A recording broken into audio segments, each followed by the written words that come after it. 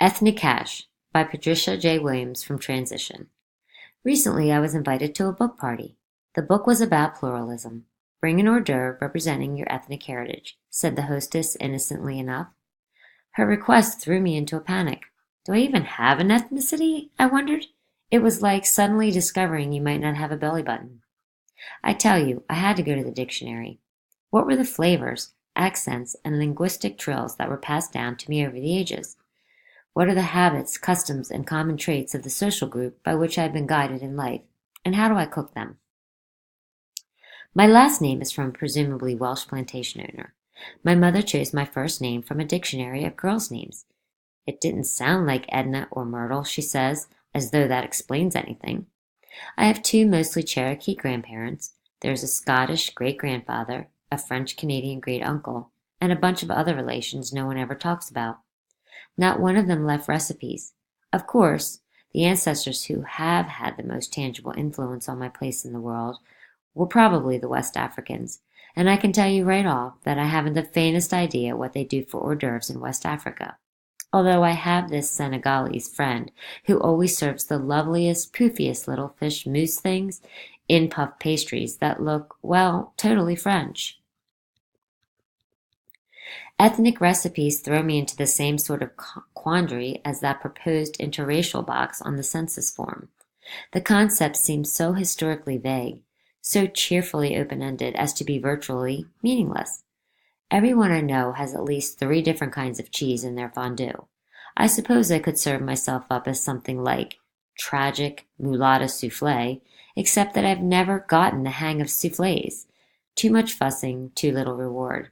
So as far as this world's concerned, I've always thought of myself as just plain black.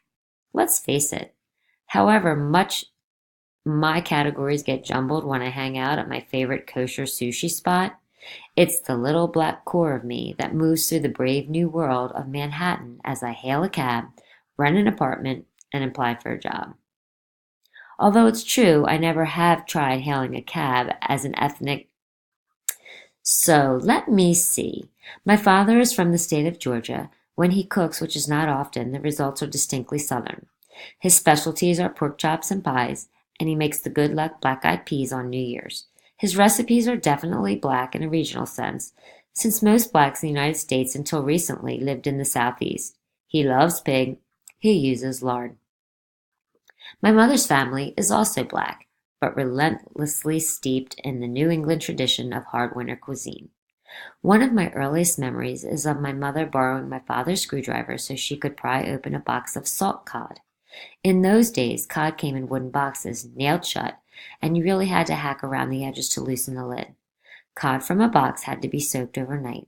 The next day, you mixed it with boiled potatoes and fried it in Crisco. Then you served it with baked beans in a little brown pot with a salt pork and molasses. There was usually some shredded cabbage as well, with carrots for color. And of course, there was piccalilli. Every good homemaker had piccalilli on hand. Oh, and hot rolls served with homemade Concord grape jelly. Or maybe just brown bread and butter. These were the staples of Saturday night supper. We had baked chicken on Sundays, boiled chicken other days.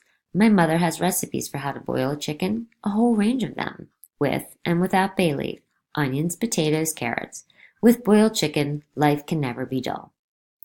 The truth is, we liked watermelon in our family, but the only times we ate it, well, those were secret moments, private moments, guilty, even shameful moments, never unburdened by the thought of what might happen if our white neighbors saw us enjoying the primeval fruit.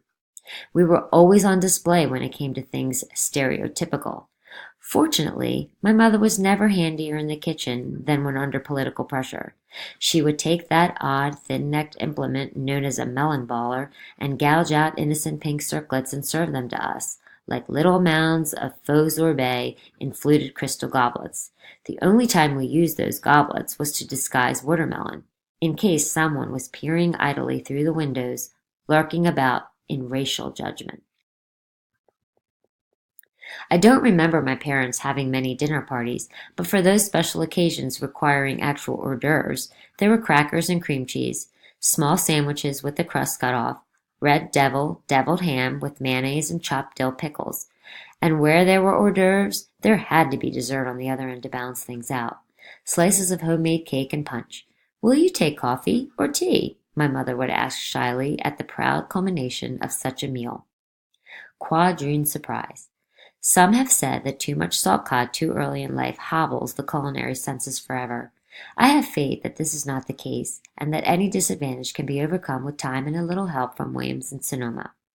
Having grown up and learned that you are what you eat, I have worked to broaden my horizons and cultivate my tastes. I entertain global gastronomic aspirations, and my palate knows no bounds. After all, if Aunt Jemima and Uncle Ben can just get over it, who am I to cling to the limitations of the past? Yes, I have learned to love my inner ethnic child, and so I leave you with a recipe for the 21st century. Chicken with Spanish rice and not just black beans. Boil the chicken, boil the rice, boil the beans. Throw in as many exotic-sounding spices and mysterious roots as you can lay your hands on. Go on, use your imagination. And garnish with those fashionable little wedges of lime that make everything look vaguely Thai. Watch those taxis screech to a halt. A guaranteed crowd pleaser that can be reheated or rehashed generation after generation. Coffee? Tea?